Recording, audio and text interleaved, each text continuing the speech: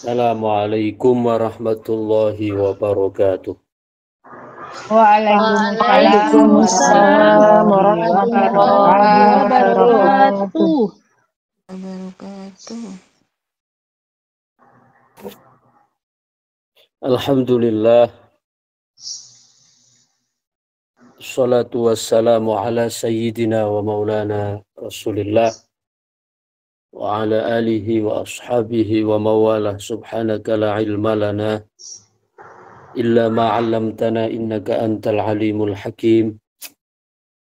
Subhanaka la fahma lana illa ma fahamtana innaka antal jawadul karim.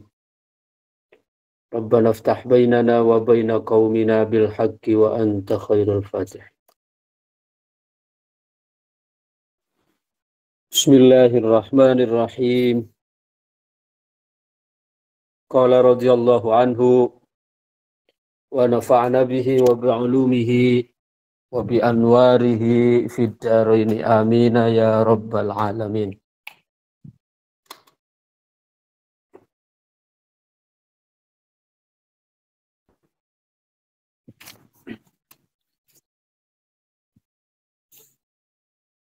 Kita lanjutkan pada hikam yang ketujuh. La yushakkikannaka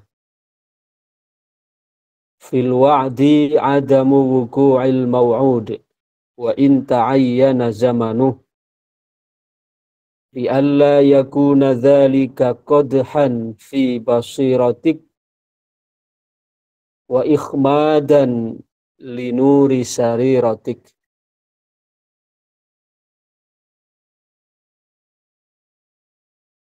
La yushakkikannaka fil wa'di, jangan sekali-kali menjadikan engkau ragu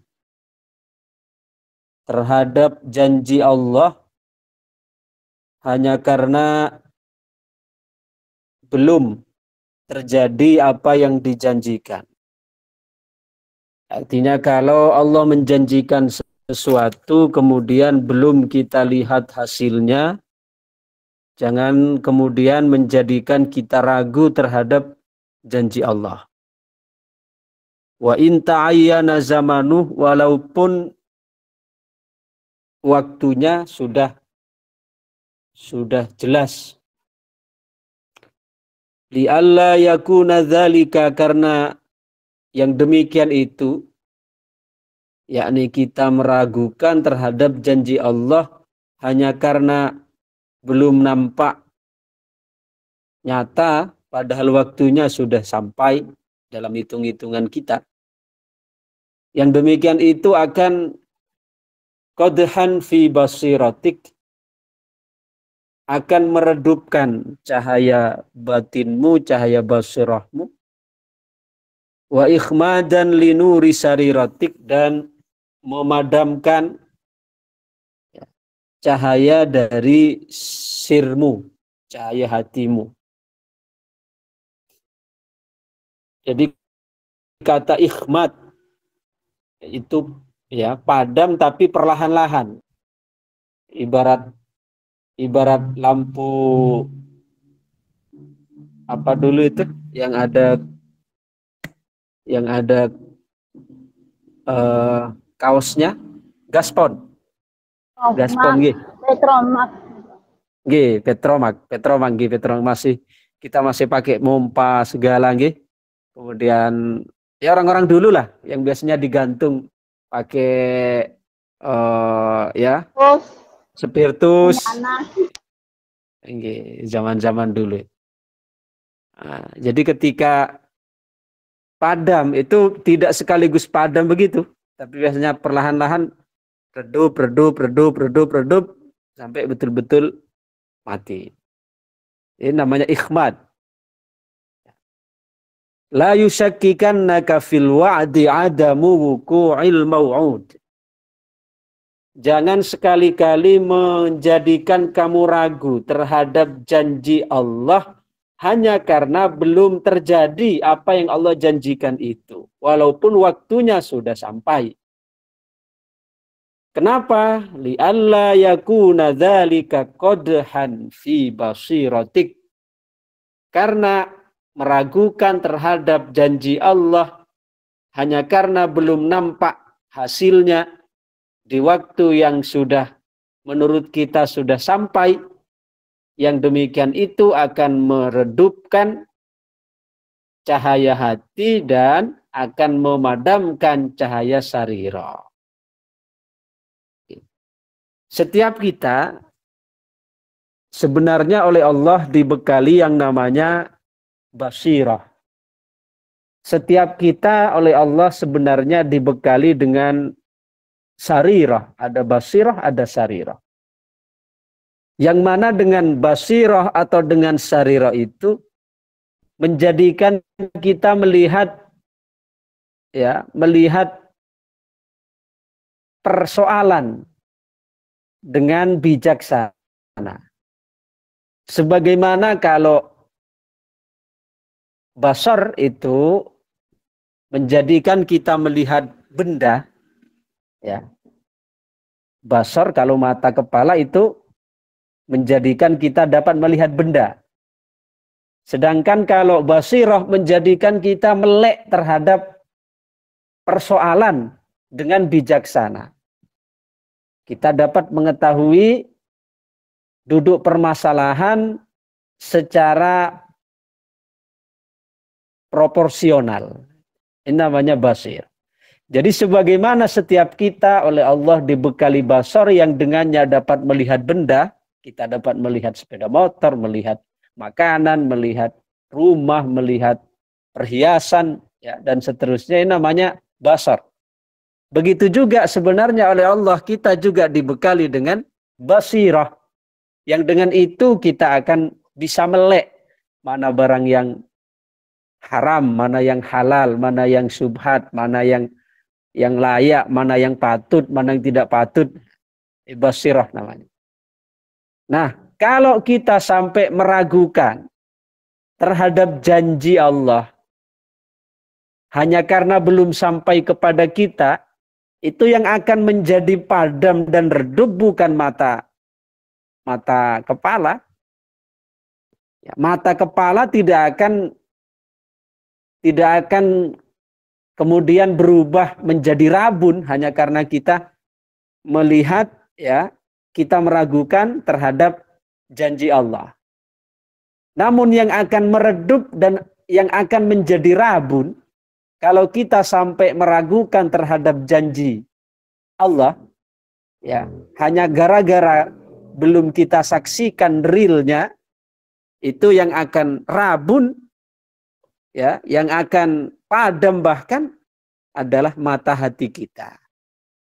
Mata hati kita. Coba kita lihat bagaimana Imam Abdullah Asy-Syarqawi memberikan syarah atau memberikan penjelasan terhadap hikam yang ketujuh ini. La yusakkikannaka fil wa'di. Jangan sekali-kali menjadikan kamu ragu terhadap janji. Alladzi wa'adaka bihi maulak, yang telah Allah janjikan padamu. Ya, fi manamin. Contoh janji itu Allah datangkan di dalam bentuk mimpi. Ya, kan bisa saja orang-orang oleh Allah Subhanahu wa taala datangkan janji itu dalam bentuk bisyarah mimpi. Ya. Banyak. Salah satu contoh Nabi Yusuf. Ya. Nabi Yusuf, beliau ketika masih kecil dulu, ya, beliau sudah bermimpi inni ra'aitu ahada asyara kaukaba. Itu kan di satu sisi sebagai bentuk indar supaya beliau lebih hati-hati. Yang kedua beliau mendapatkan bisyarah. Bisyarah yaitu apa? Mendapatkan kabar gembira bahwa beliau nanti akan menundukkan saudara-saudaranya. Kemudian contoh lagi dalam bentuk mimpi, sinten? Nabi Ibrahim. Nabi Ibrahim, ya bagaimana beliau bermimpi, ya bermimpi menyembelih Ismail, kemudian bermimpi, ya yang beliau nanti akan mendapatkan kemuliaan dari Allah Subhanahu wa taala. Itu diantara sekian dari bisyarah-bisyarah yang Allah datangkan dalam bentuk mimpi. Au ala lisani malakin, atau berdasarkan janji Allah itu berdasarkan penyampaian malaikat. Ya, berdasarkan penyampaian malaikat. Ya, ini bisa saja terjadi pada para nabi juga. Ya. Wahyu. Allah datangkan wahyu, misalnya nabi didatangi oleh malaikat bahwa nanti akan diberikan pertolongan di dalam perang ini, akan menang telak kaum muslimin misalnya. Kan sudah, ya janji itu sudah Allah turunkan bahkan melalui pemberitaan dari malaikat. Au bi ilhamin rahmaniyin, atau berdasarkan ilham. Ilham, ya. Karena ilham itu juga merupakan pos yang dikirim oleh Allah Subhanahu wa taala. Ya. Adamu wuqu'il mau'ud wa in ta'ayyana zamanu. Jadi jangan sekali-kali menjadikan kita ragu terhadap janji Allah yang entah itu Allah sampaikan melalui mimpi atau melalui lisan malaikat atau berdasarkan ilham. Ya, jangan kamu ragu hanya disebabkan belum terjadi apa yang Allah janjikan. Walaupun waktunya sudah ditetapkan. Bi an ulhimat annahu yahsulu laka fil waqtil fulani fathun au yahsulu fil ami rakhaun au ghairu dzalik. Contohnya dalam pemberitaan itu, dalam mimpi yang Allah kirimkan kepada yang bersangkutan atau berdasarkan pemberitaan malaikat atau ilham, bahwa di tanggal sekian akan mendapatkan kemenangan, di tanggal sekian akan mendapatkan pertolongan. Tapi ketika jatuh tempo, jatuh di tanggal atau di hari yang dijanjikan itu belum nampak juga pertolongan atau kemenangan yang dijanjikan. Maka dengan belum terjadinya apa yang Allah janjikan, waktunya padahal sudah ditetapkan, jangan sekali-kali menjadikan kau ragu. Ya. Kenapa li'alla yakuna? Supaya keraguan itu ya tidak menjadikan qadhan fi basiratik wa ikhmadan linuri sarirat. Nah, keraguan itu nanti akan menjadikan kamu ya menjadi redup pandangan hatimu dan menjadi padam pandangan sarirahmu. Faman wa'adahu maulah wa in kana muayyanaz zaman summa lam yaqa' dzalikal mau'ud fala yanbaghi ayyushakkikahu dzalika fi sidqi wa'di rabbih. Jadi walaupun waktunya sudah ditentukan, kemudian apa yang Allah janjikan belum juga nampak kita terima, itu jangan sekali-kali mengurangi pembenaran kita terhadap janji Allah. Kenapa? Lijawazi ayyakuna wuqu'u dzalikal mau'ud mu'allaqan ala asbabin wa syuruti. Karena bisa jadi belum terjadinya itu oleh Allah masih digantungkan kepada beberapa sebab dan beberapa syarat. Ya mungkin saja kita yang kurang memenuhi syarat, kurang memenuhi sebab-sebab yang Allah tetapkan sehingga oleh Allah masih ditangguhkan. Tapi janji Allah tetap akan ditunaikan. Paham gitu? Ista'tharal haqqu ta'ala bi'ilmiha, sehingga Allah mengutamakan, memprioritaskan sesuai dengan ilmunya dunal abdi li hikmatin yuriduha, karena hikmah yang Allah kehendaki. Wa min hadzal qismi ma yaqa'u li ba'dil awliya'i ayyukhbira bi annahu yahsulu fi hadzal 'ami kadza. Di antara dari ya sekian contoh dari pembahasan ini adalah yang terjadi pada sebagian para kekasih Allah yang mereka dikabarkan bahwa akan terjadi begini-begini di tahun ini. Ternyata faktanya summa la yahsul. Ternyata tidak terjadi. Fayaqa'u ba'dun nasi fi a'radihim, sehingga sebagian masyarakat itu menuduh si wali itu dengan orang yang tidak waras. Wa minhu ma waqa'alahu sallallahu alaihi wasallam amal Hudaybiyah min ikhbarihi lis-sahabah bil fath thumma lam yahsul fi dzalikal ambal fi amin ba'da. Bahkan ini pernah juga terjadi di zaman Kanjeng Nabi. Ya, pada zaman Kanjeng Nabi sendiri, di mana Kanjeng Nabi dikabarkan oleh malaikat, lalu beliau mengabarkan kepada para sahabat bahwa akan diberikan ya pertolongan, akan diberikan penaklukan, kemenangan pada tahun Hudaybiyah. Jadi tahun Hudaybiyah itu terjadi pada tahun ke-6. Tahun ke-6 Hijriah, Kanjeng Nabi, ya, beliau dengan para sahabat berniat untuk melakukan umroh, ya, melakukan umroh ke Mekah. Karena beliau sejak hijrah ke Madinah, ya, beliau belum pernah ke Mekah. Tentu sebagai penduduk asli Mekah, kelahiran Mekah, beliau dan para sahabat muhajirin utamanya memendam rasa rindu yang sangat dahsyat. Maka pada tahun ke-6 Hijriah, Nabi merintahkan kepada para sahabat untuk, ya, beliau mengajak para sahabat untuk melakukan umrah. Dalam perjalanan, beliau menyampaikan kepada para sahabat bahwa tidak diizinkan untuk membawa peralatan perang, kecuali hanya pedang. Karena pedang itu bukan menjadi identitas perang. Ya.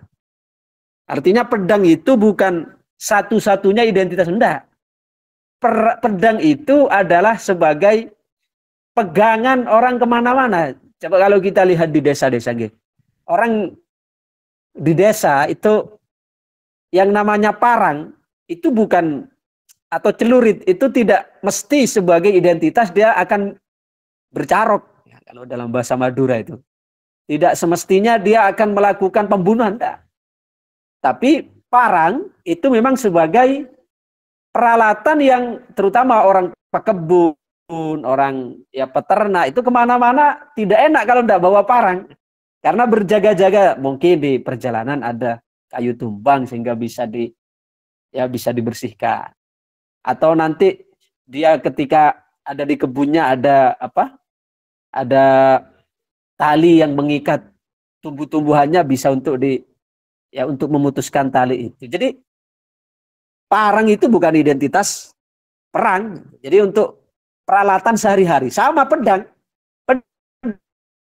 Pedang itu bukan identitas, satu-satunya identitas perang, bukan. Di kala perang atau tidak di kala perang, tradisi Arab dulu kemana-mana bawa pedang, paham gitu. Tapi kalau identitas perang itu mereka akan membawa peralatan lengkap, ada tombak, ada perisai, ada ya panah dan seterusnya. Tapi kalau hanya pedang, itu tidak perang pun bawa pedang, paham gitu. Nah, jadi Kanjeng Nabi kepada para sahabat yang akan ikut dalam melakukan umroh di tahun Hudaybiyah itu tahun ke-6, beliau tidak mengizinkan para sahabat untuk membawa peralatan perang selain pedang, karena pedang itu ya hanya sebagai peralatan di perjalanan, bukan untuk satu-satunya identitas perang.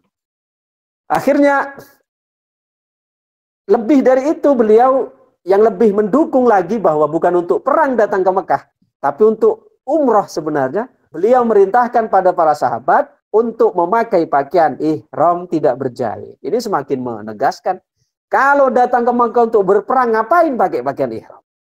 Gitu. Sedangkan orang berperang itu membutuhkan kesiapan atau pakaian yang luas. Ya sekiranya tidak susah untuk dipakai, bergerak bisa bebas. Coba orang perang pakai ihram, seperti apa nanti? Ya, susah. Kita berjalan saja kalau pakai ihram itu harus hati-hati, apalagi sampai berperang. Paham gitu? Itu menunjukkan bahwa beliau dalam kedatangan ke Mekah saat itu tahun 6 Hijriah bukan untuk berperang, tapi semata-mata untuk umrah. Tapi ternyata apa? Ternyata setelah sampai di sumur, sebuah sumur namanya Hudaybiyah, itu menjadi salah satu mikot. Ya. Ketika sampai di sumur Hudaybiyah itu, beliau dihadang oleh kaum kafir Quraisy, tidak diberi izin untuk masuk ke Mekah. Sehingga beliau merintahkan kepada para sahabat untuk membatalkan niat umrohnya dan supaya melakukan tahallul untuk menyukur rambut dan menyembelih kambing. Itu ceritanya. Tapi ternyata Kanjeng Nabi sudah 3 kali menginstruksikan kepada para sahabat supaya mereka bertahallul, mencukur rambut dan memotong kambing sebagai dam. Tapi belum ada di antara sahabat yang melakukan instruksi dari Nabi. Sehingga Nabi akhirnya datang ke tenda menemui Ummu Salamah.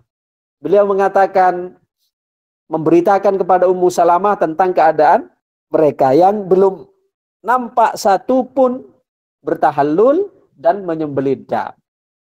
Ya, sebenarnya sahabat bukan mereka membangkang Nabi, enggak, tapi mereka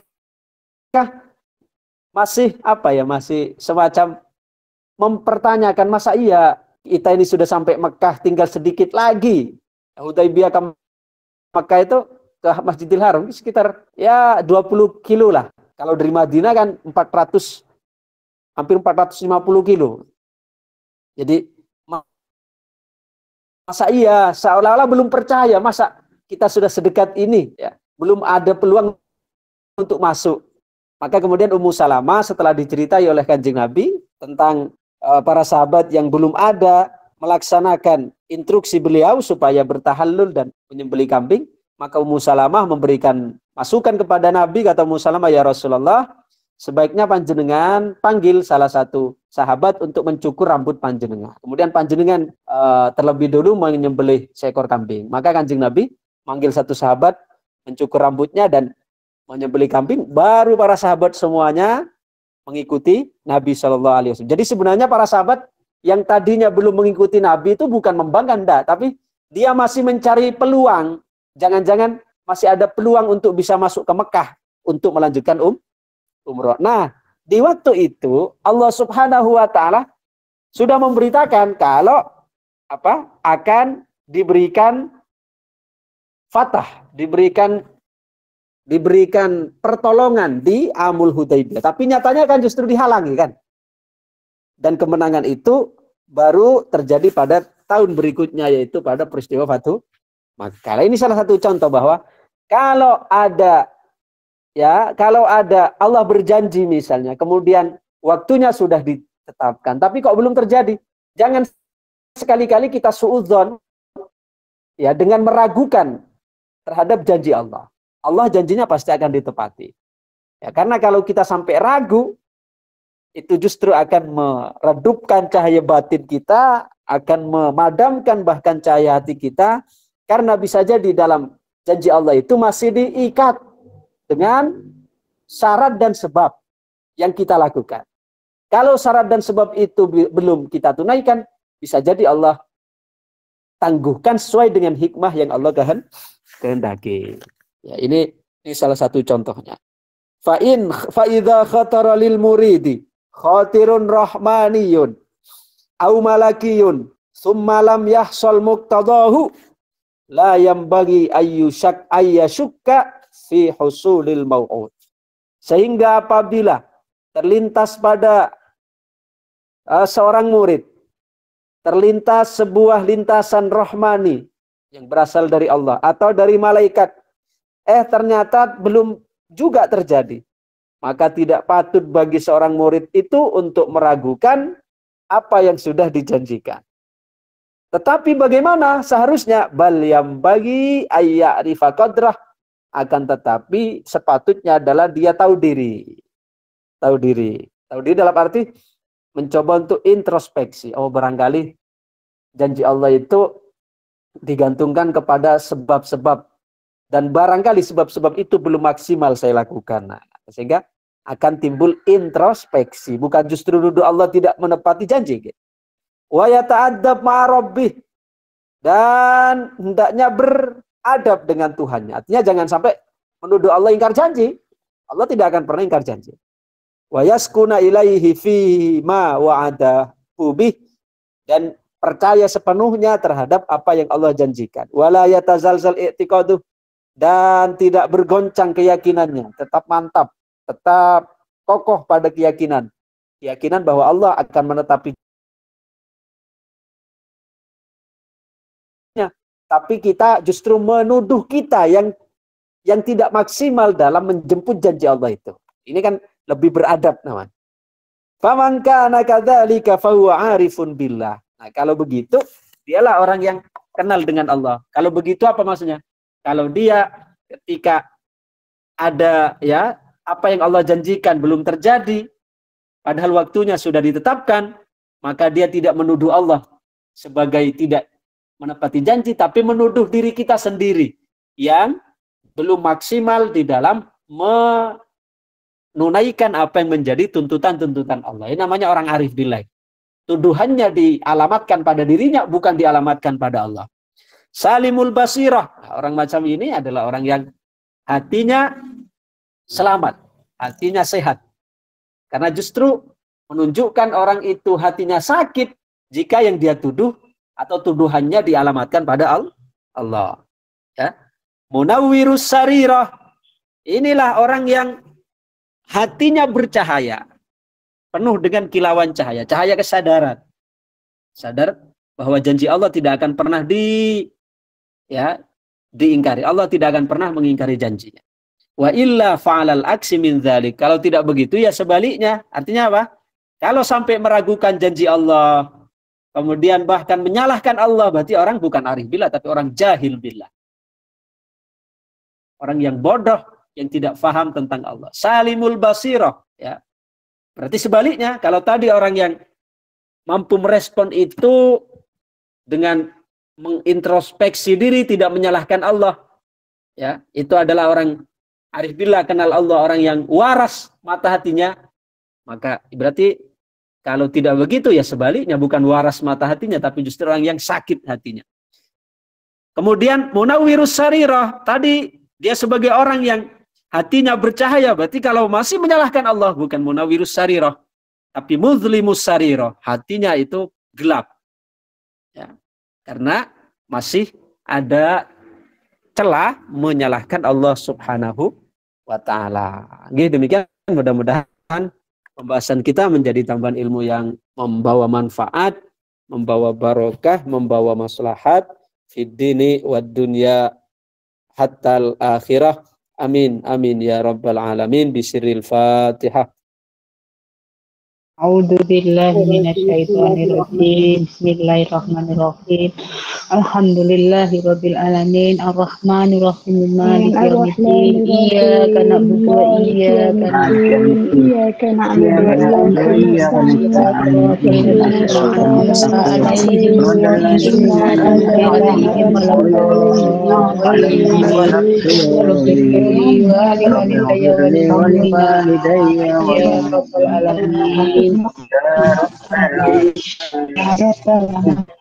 Allahumma salli wa sallim wa barik ala sayyidina Muhammad wa ala alihi washabbihi. Alhamdulillahi rabbil alamin. Hamdan yuwafi ni'amahu wa yukafi mazidah. Ya Rabbana lakal hamdu kama yanbaghi li jalali wajhika wa 'azimi sultanik. Rabbana atina fid dunya hasanah wa fil akhirati hasanah wa qina adzabannar. Rabbana zalamna anfusana wa illam taghfir lana wa tarhamna lanakunanna minal khasirin. Allahumma inna nas'aluka minan ni'matika ma mahawna bismillah. Minar rahmatis syumulaha afatus sulah. Ya Allah ya Aziz ya Ghaffar ya Karim ya Sattar ya Halim ya Jabbar. Rabbana atina fid dunya hasanah wa fil akhirati hasanah wa qina adzabannar. Sallallahu ala sayyidina Muhammad wa ala alihi wasallam. Subhana rabbika rabbil izzati amma yasifun wa salamun alal mursalin. Alhamdulillahi rabbil alamin. Al-Fatihah. A'udzu billahi minasyaitonir rajim. Bismillahirrahmanirrahim.